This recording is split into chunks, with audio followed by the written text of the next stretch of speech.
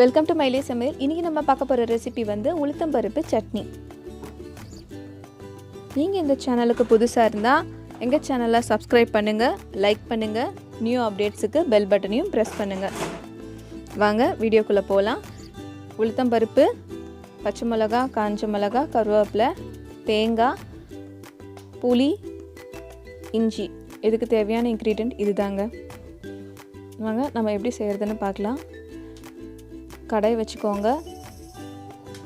நான் இன்றைக்கி வந்து 50 கிராம்ஸ் உளுத்தம் பருப்பு எடுத்து வச்சுருக்கேன். ஒரே ஒரு பச்சை மிளகாய், கருவேப்பிலை, கொத்தமல்லி, 3 தேங்காய் பத்தை, இஞ்சி ஒரு துண்டு, 3 காஞ்ச மிளகாய், புளி வந்து எலுமிச்சைப்பழம் சைஸில் பாதி.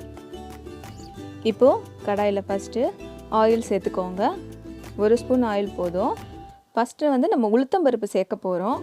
உளுத்தம் பருப்பு ஃப்ரை ஆகிறதுக்கு கொஞ்சம் டைம் ஆகும். அதனால தான் ஃபஸ்ட்டு நம்ம அதை சேர்க்குறோம்.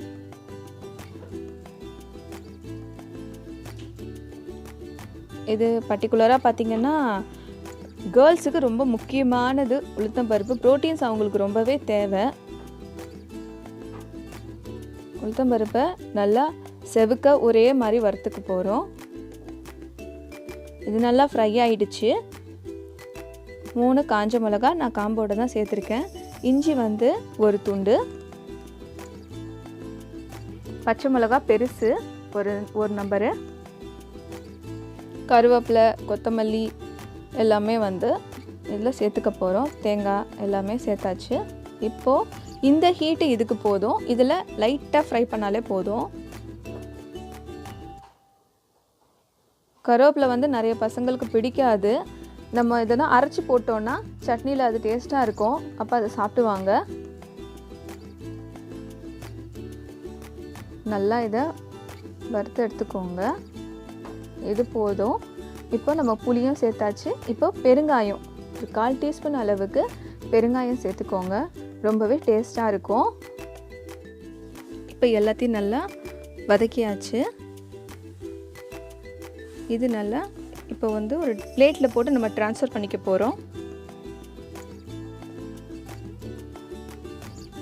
இந்த கடாயிலேயே ஆயில் போட்டுக்கோங்க. 1லேருந்து 2 ஸ்பூனுக்கு ஆயில் சேர்த்துக்கோங்க.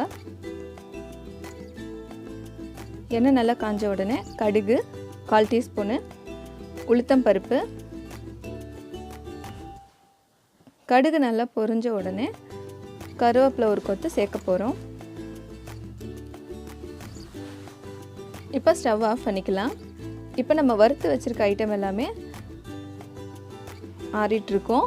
இப்போ ஒரு மிக்சர் ஜார் எடுத்துக்கோங்க. தேவையான அளவு உப்பு சேர்த்துக்கோங்க. இப்போ நான் இது கெட்டியாக அரைச்சி வச்சுருக்கேன். நீங்கள் தொகையிலாவும் யூஸ் பண்ணிக்கலாம். தண்ணி ஊற்றி தாளித்து சட்னியாகவும் யூஸ் பண்ணிக்கலாம். இந்த வீடியோ உங்களுக்கு பிடிச்சிருந்தா எங்கள் சேனலில் சப்ஸ்கிரைப் பண்ணுங்கள், லைக் பண்ணுங்கள், ஷேர் பண்ணுங்கள், கமெண்ட் பண்ணுங்கள். தேங்க்யூ.